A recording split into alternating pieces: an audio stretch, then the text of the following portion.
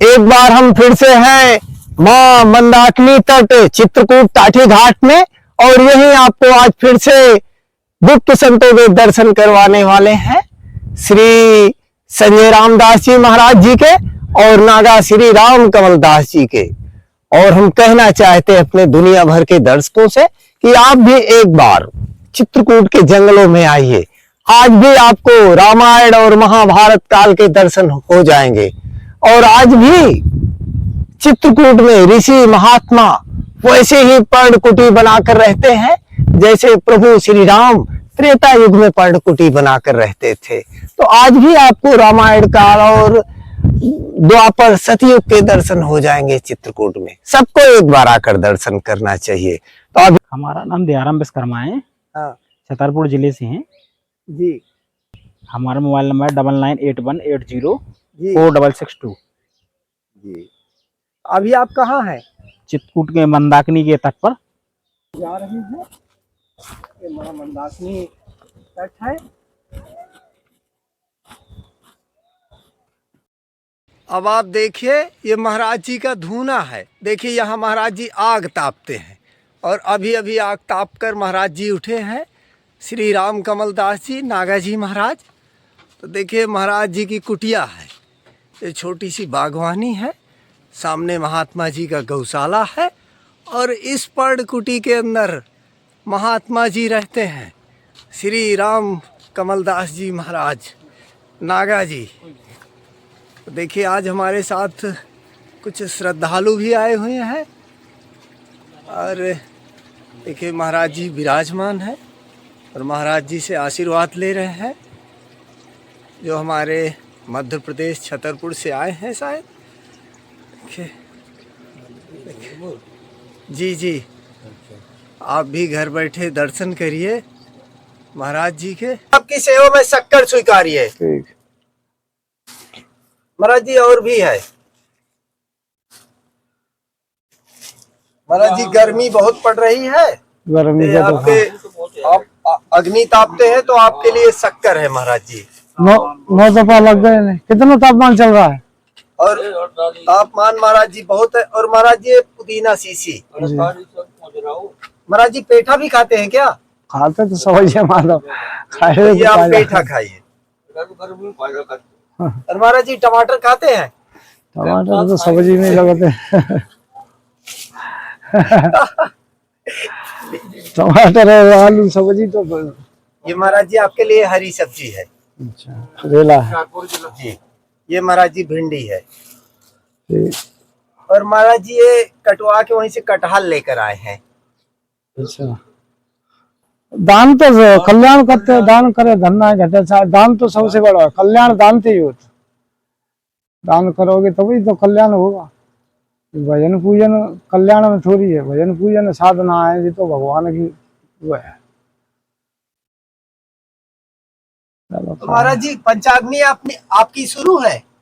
अब चल रही है, 24 जून को खत्म हो गई। महाराज जी मानव का कैसे कल्याण हो? ये दान तो ही होगा, सेवा थे, सेवा दान करें थे वो सब। दान करो, सेवा ही भजन है, सेवा ही दान है, सेवा ही कल्याण है। सेवा तो बड़ी चीज कोई नहीं है। सेवा सबसे धर्म कठोरा, संत मिलन को चालियो तजमा वया अभिमान, जो जो भगवान धर कोट जग समान। गौ माता का मोटर खराब है, मोटर डब्बा कोई भगत से गौ माता मारा प्यास पूरी पानी ना पिए बोले। हमारा नाम रामकृष्ण दास। और ये देखिए हमारे राम कमल दास जी महाराज जी का ये आसन है महाराज जी का सामने। और देखिए बर्तन रखे हुए हैं, ऐसा कुछ दृश्य है। और यहाँ पानी की बड़ी समस्या है गऊ। तो एक बार आप पुनः फिर से दर्शन करिए श्री संजय रामदास जी महाराज जी की कुटिया के। और देखिए हम आ चुके हैं, सामने पीपल का वृक्ष है, भगवान शिव जी विराजमान है। आप भगवान शिव के दर्शन करिए। और देखिए 2 संत सामने कुआं में स्नान कर रहे हैं। और भी देखिए संतों के दर्शन करिए। पर्णकुटी है, बैठे हुए हैं। अब हम आपको महाराज जी के दर्शन करवा रहे हैं। ये महाराज जी की पर्णकुटी है और आप भी महाराज जी के आकर दर्शन करिए। और हम अभी देखिए महाराज जी की पर्णकुटी है छोटी सी, और वो महाराज जी के बर्तन रखे हुए हैं। आपकी सेवा में बैठा। वाह। और महाराज जी आपका आदेश हुआ था नमकीन के लिए। महाराज जी नमकीन। और महाराज जी ये पुदीन हरा। हाँ, ये मेन पॉइंट है, ये ठंडा गर्मी के लिए अच्छा जी जी, ये जरूरी है। और महाराज जी टमाटर। हाँ, धर देने पे ये महाराज जी करेली। धर दो फिर। और महाराज जी ये भिंडी। अच्छा, भिंडी भी है। हाँ जी जी। वाह। और ये महाराज जी कटहल भी कटवा कर लाए। और ओरिजिनल से रेडीमेड। हाँ जी। वाह। ओरिजिनल है। दुकान से कटवाए थे कि कहीं लोग अपने घर से? दुकान से महाराज जी। वाह रे भैया, क्या बात है। राक्षस में भी वही है और देवता में भी वही। उन्हीं से समझ संसार जो सृष्टि रची गई है ना, तो बुरे में भी वही और सही में भी वही, खाली वृत्तियों का अंतर हो जाता है। और ठीक है, ये जो सुर और असुर की जो सिस्टम भगवान जो सृष्टि चलाते हैं, अगर ऐसा नहीं होता तो फिर आते कैसे आखिर? हैं? जी। अगर अगर अत्याचार नहीं बढ़ेगा और जब प्रकृति का नाश नहीं होगा, ब्राह्मण को जो धरती है इस पे अगर अताताई अत्याचार नहीं होगा, तो फिर भगवान का क्या मतलब है? फिर उनको आने का मतलब है क्या? जिसे रोगी नहीं तो डॉक्टर के क्या मतलब है? तो जब कोई अत्याचार बढ़ेगा तभी तो परमात्मा की अवतार होती है, तभी तो भक्त लोग दर्शन करते हैं, पुराणे लिखी जाती है, शास्त्रें लिखी जाती हैं, वेदें लिखी जाती हैं, उपनिषद लिखा जाता है। अब देखिए भगवान कृष्ण प्रकट हुए, गीता का उपदेश दिए तो गीता निकला। अगर ये महाभारत नहीं होता तो क्या मतलब, फिर कहाँ से गीता आती? तो ये सुर और असुर, प्लस और माइनस द्वंद्व, ये जो होता है ये परमात्मा के ही इच्छा से और उनके मर्जी से होता है सब। इसलिए कि सब में वही है, वही असुर बने हैं, वही देवत्व, वही देवता भी है। तो इस सृष्टि का इस तरह का ऐसा सिस्टम से निर्माण किए ना कि हमेशा असत्य और सत्य का युद्ध हमेशा चला है, जिसमें कुछ क्षण के लिए जो असत्य है, असुर वृत्तियां वो हावी हो जाती है। जब वो धीरे धीरे असत्य की मात्राएं कम हो जाती हैं, है ना, मतलब सत्यता की मात्राएं कम हो, विनाश नहीं होगा मगर कम रहेगा। असुर वृत्तियां, असुर वर्ड संकर सब लोग हो जाते हैं, गलत कर्म, गलत खाना, गलत पीना, ये तरह के लोग वर्ड संकर में सब लोग व्याप्त हो जाते हैं। तब हमारी जो सनातन धरोहर है, जो हमारी संस्कृति है, जो हमारी कल्चर है जीने का, तो ये धीरे धीरे धीरे नष्ट होने लगता है। हमारी जो सनातन सतीत्व है ये मरता है। तब उसी समय जब युगों का अंत होता है तब परमात्मा का होता है। वही जो सत्य जो थोड़ा कम बीज में जो प्रकट रहता है ना, वही विराट रूप लेकर के जन्म ले लेता है। जन्म क्या लेता है, वो प्रकट होता है, भाई प्रकट कृपाला दीन दयाला, और जन्म लेकर के फिर उन्हीं की जो छाया सत्य है उसी का विनाश करते हैं, फिर सत्य को स्थापित करते हैं, फिर युगों को शुरुआत, जैसे सतयुग फिर आ गया, फिर द्वापर, त्रेता, कलयुग, इस तरह का जो सिस्टम है कई बार निरंतर आया। कली कई बार हम लोग आए, कई बार युद्ध हुआ सुर असुरों से, ये निरंतर चला आया है। कब से सृष्टि की रचना है किसी को पता ही नहीं है, अनादिकाल बताया गया है।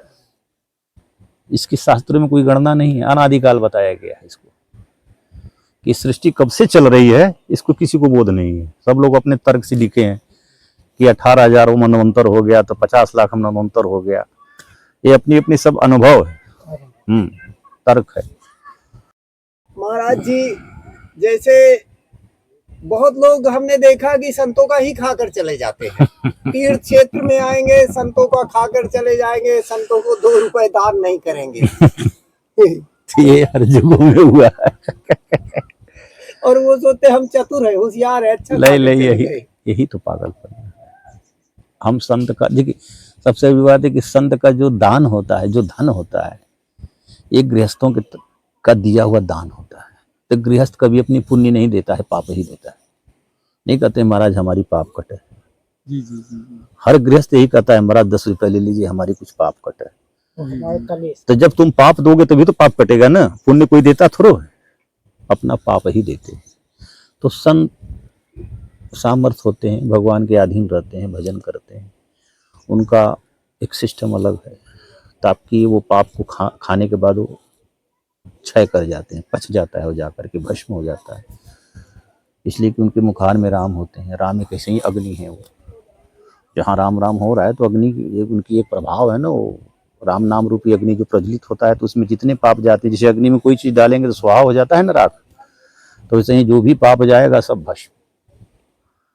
तो उस पाप का प्रभाव संत के ऊपर नहीं पड़ता है। मगर अगर एक गृहस्थ खा के जाएगा तो सोचिए कि वो तो किसी जन्म में भर ही नहीं पाएगा वो फिर, और इतना नीचे वो गिर जाता है। अगर ऐसी अगर नहीं है उसके पास, अगर वो सामर्थ्य नहीं है, असमर्थ है बेचारा, आ गया भूखा है, 1 दिन 2 दिन 4 दिन 10 दिन रहे, खाए, संतों की कुछ सेवा करे, नहीं धन है श्रम सेवा करे, झाड़ू मारे, बर्तन मांज दे, जल लिया दे, तरह के करे, तो इस तरह की क्रिया करने से जो भी रोटी तुम पाओगे दान का, वो धीरे धीरे पचेगा, वो नष्ट हो जाता है। अब ऐसी चूतिया बना करके आज हमारे यहाँ खाया, कहीं दूसरे साधु के यहाँ खाया, तीसरे साधु के यहाँ खाया, तो अपने को खा रहा है, वो संत के धन को नहीं खा रहा है, वो अपने जीवन को खा रहा है, अपने आप को खा रहा है, अपने आप को नर्क में लेके जा रहा है, अपने जीवन को बर्बाद कर रहा है। अगर वो सोचता है कि हम तेज है तो बहुत बड़ी मूर्खता है, पागलपन। वो अपने को ले जाके नर्क में गिरा रहा है। अगर सामर्थ है तब, असमर्थ है, भगवान उसको, या वो अपने कर्मों से हीन हो गया है, भगवान किसी को गरीब नहीं बनाते हैं, वो अपने कर्मों का ही फल होता है खाली। कहा गया है सकल पदार्थ ही जग माही, अकर्महीन नर पावत नाही। भगवान सब कुछ इस धरती पे दे दिए हैं। अब जो कर्महीन है, जिसके पास कर्म नहीं है, कर्म करने की क्षमता नहीं है, तो उनको हर चीज दुर्लभ है, हर चीज दुर्लभ है। और जो कर्म करने वाले हैं तो उनको हर चीज मिल रहा है, देखिए, है ना। कर्म प्रधान विश्व रचि राखा, जो जस करई वही फल चाखा। कर्म की प्रधानता है, भगवान आगे भी कर्म किए हैं, हमें दिए हैं, बताए हैं, शास्त्र वेद जो कुछ दिया उसे मार्गदर्शन दिए हैं कि कैसे एक जीवन को संसारिक जीवन जीना चाहिए, कैसे एक विरक्त को वानप्रस्थ जीवन जीना चाहिए। उस सब की सब धाराएं हैं शास्त्रों में, उसको हम धारण करें और उस तरह से हम जीवन को जिए, तब हमें एक नई ऊर्जा और एक नई जीवन प्रदान होता है। हमारी जो सोच में भी एक दिव्य दृष्टियां आएगी, है ना। तो ये सब संतों के सानिध्य में आने के बाद ही प्राप्त होता है। कुछ लोगों को मत समझ जो है कि इसमें कुछ कर्म चाहत नहीं, बोले मैं भाग्य में ना लिखूं। भाग में नहीं है वो, तुम्हारी कुछ कर्म ऐसा बन गया है कि तुम उसी में कुंठित हो गए हो। कर्म बताए तो सब कुछ कर्म ही है ना। हम्म। कर्म अच्छा करो तो भाग्य में ना लिखूं तो लिख जा। अरे आप प्रयास तो करिए, प्रयास से ही सब कुछ होता है। प्रयास तो करिए। जैसे जीवन को विवेक मिला है, और योनिया है जानवर, उनमें विवेक नहीं है, बुद्धि जरूर है मगर विवेक, सोचने समझने की क्षमता नहीं है, क्या गलत है क्या सही है। मगर इंसान को हर चीज दे दिया है कि क्या गलत है। अगर एक पॉइजन दीजिएगा तो जल्दी लोग नहीं पिएंगे, अमृत सब लोग पी लेंगे। सोचिए, जी पॉइजन अगर देंगे तो कोई नहीं पीने के लिए तैयार होगा, और जानता है कि यार पिएंगे तो हम मर जाएंगे। अमृत के लिए सब लोग दौड़ जाएंगे। तो यही है, देखिए लोग कहते हैं, कुछ लोग जैसे कि अब संसारिक भोग वासनाएं, ये क्या है, ये क्षणिक सुख है। जैसे किसी के साथ भोग किए तो क्षणिक सुख मिलता है, मगर वो बाद में विष बन जाता है, वो पॉइजन बन जाता है। अगर वो तुरंत बन जाता पॉइजन तो कोई नहीं करता। जैसे हमने दारू पिया, अगर तुरंत मर जाते तो कोई दारू नहीं पीता। दारू पीते पीते लास्ट में मर जाते हैं इसकी रिजल्ट लास्ट में आती है तो लोग पीते हैं कि यार ये शरीर, ये सुख मिल रहा है, हमें नशा हो रही है। तो है ही ना। हाँ, जकदम नहीं मारती तो आस्ते जैसे हम कोई बुरा कर्म कर रहे हैं, किसी पराई स्त्री से छेड़ करना है, दुनिया भोग संभोग, ये क्या है, शुरू में सुख मिलता है मगर अंत इसका बड़ा विषदायक होता है। अंत जो होता है ये बहुत दुखदायक होता है। बुरे कर्म का शुरू में सुख मिलता है मगर अंत बड़ा दुखदायक होता है, और सही कर्म का शुरू में बड़ा दुख मिलेगा मगर अंत बड़ा आनंददायक होता है। जैसे हमने यही बोल रहा था कि आप जो बुरा कर्म करेंगे तो उसका सुख शुरू में मिलता है मगर अंत बड़ा दुखदायक होता है। अध्यात्म, भगवत कर्म और सत्संग, या जिसे अध्यात्म कर्म अगर आप करने चलेंगे तो आपके जीवन में नाना प्रकार की बाधाएं आएंगी। इसलिए कि आपके सत्कर्म को जब करने जाएंगे तो उसमें नाना प्रकार के देवता लोग डिस्टर्ब डालेंगे, प्लस परमात्मा भी परीक्षा लेते हैं कि वाकई में भक्त क्लियर है कि अनक्लियर है ना। तो जब उस परीक्षाओं में आप पास होंगे तभी तो आगे निकलेंगे ना। तो शुरू में तो बड़ी कठिनाई है, बड़ी समस्याएं, बड़ी दिक्कत। अब जो अटल है, जो अचल है, जिसका संकल्प है कि नहीं मुझे भगवान की प्राप्ति करना है, तो धीरे धीरे वो सारी बाधाएं जो कांटाएं वो फूल बन जाती है, सारी रास्ताएं सुलभ हो जाती है, फिर अपने मंजिल को प्राप्त कर लेता है। नहीं तो जो थोड़ा बहुत दुख आया, समस्याएं आई, कठिन तकलीफ आए, छोड़ देता है। भगवान का भजन जितने कर थी उतने दुख होता है मेरे ऊपर उतनी आफत आ रही है, वो घबरा के छोड़ देता है कि हटाइए, हम भगवान की भजन नहीं करेंगे। और जो ओरिजिनल भक्त होते है ना, जिसपे भगवान की दृष्टि पड़ जाती है तो कुछ नहीं होता, उसी कष्ट को सहते सहते सहते सहते धीरे धीरे अग्रसर होता है और एक दिन उस मंजिल को प्राप्त कर लेता है जो उसका लक्ष्य, तो परम शांति को प्राप्त कर जाता है। फिर उसके अंदर दिव्य रूप आ जाएगी, दिव्यता आ जाती है, दिव्य दृष्टियां भी आ जाती है, हमेशा आनंदमय। फिर कोई भी सही कर्म करोगे तुम्हें तमाम परीक्षाएं, तमाम कठिनाई, तमाम समस्याएं। ऐसे बहुत भक्त हैं, फोन करेंगे, बोलेंगे महाराज बड़ी तकलीफ आ रही है जब से हम भगवान की भजन कर रहे हैं, हमके लिए तो आना ही है, ये तो आना ही है। जब हम लोग सत्संग से जब उनकी भ्रांतियां को मिटाते हैं तब जाकर के उनको शांति होता है कि नहीं यार ये परफेक्ट है, एकदम आएगा। संत के जीवन में आता है, जब हम लोग को बैराग हुआ ना तो नाना प्रकार की कठिनाई, नाना प्रकार की समस्याओं से जूझना पड़ा।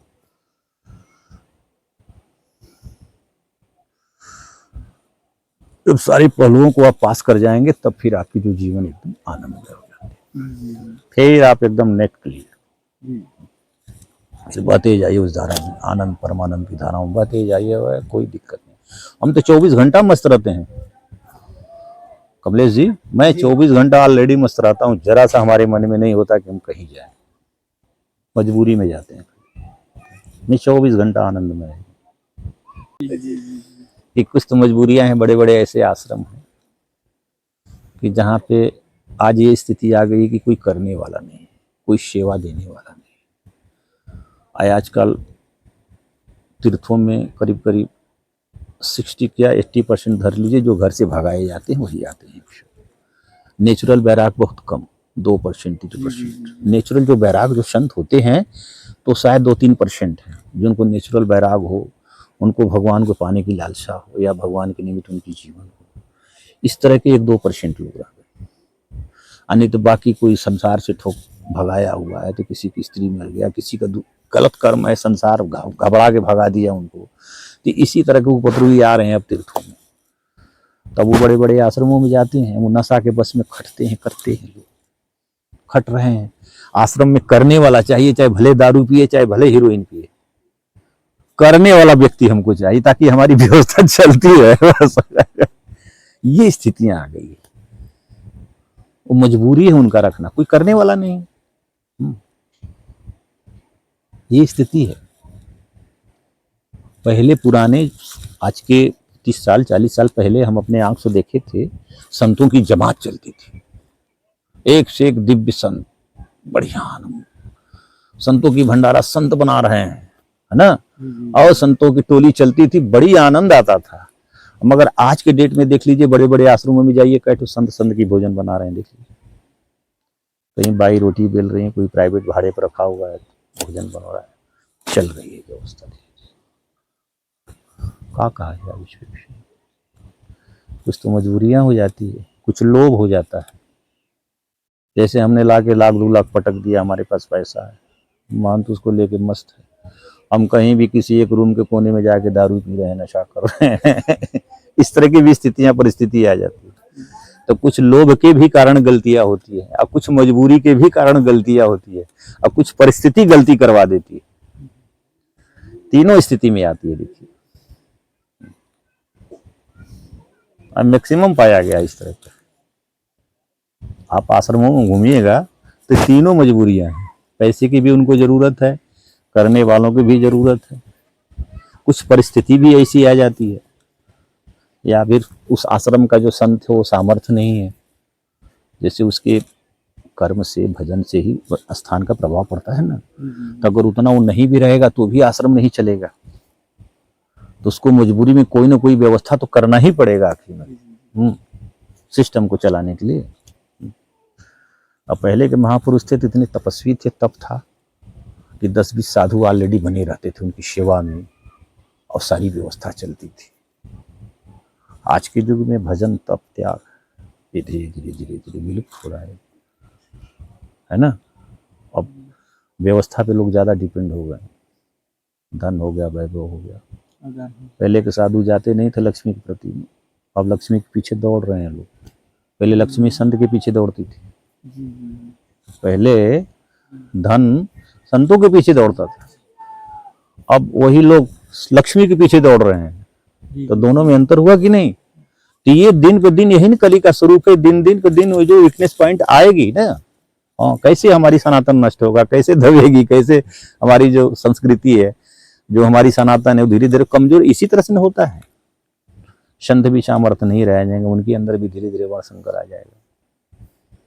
भाई कामनाएं बढ़ती जा रही है, संसारिक भोग विलासता की जो कामनाएं बढ़ती जा रही है, तो जब आप उनको पकड़ेंगे और उनका भोग करेंगे तो ऑलरेडी आपके अंदर जो सतोगुणी जो विचारे हैं वो नष्ट न होगा, तमोगुण रजोगुण में प्रवेश कर जाएंगे तो आप भी धीरे धीरे नष्ट होंगे। ये अब पहले के संत थे, त्याग था उनके अंदर, सब भोग पड़ा है, कोई मतलब नहीं, अपने बस राम से मतलब था। एक जगह धुनी जला के बैठे हैं, 4-4 गाड़ी पड़ी है, कोई मतलब नहीं उनसे। तो पहले के पुराने संत ऐसे थे, सारी व्यवस्था को चलाते थे, उनके पास ऑलरेडी 10-20 संत बने रहते थे, उस लायक थे। अब वो लायबिलिटी नहीं रहेगी किसी के अंदर। सब लोग एक दूसरे के सहारे जी रहे हैं, कोई परमात्मा के सहारे बहुत कम लोग जी रहे हैं। ये स्थितियाँ है ना जी महाराज। हाँ, ये सब स्थितियाँ हैं कमलेश। आप देखिए महाराज जी विराजमान है, तो अब विदा ले रहे हैं महात्मा जी से।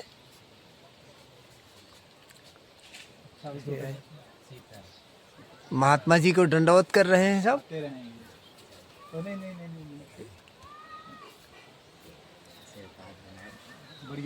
आप देख लीजिए महाराज जी का बिस्तर है, जो रात्रि में यहीं इसके ऊपर विश्राम करते हैं। और एक बार हम फिर से घुमाकर आपको दिखाई दे रहे हैं चारों तरफ से। ऐसा कुछ महाराज जी देखिए, सामने माँ मंदाकिनी तट बिल्कुल नीचे ही है, कल कल बह रही है।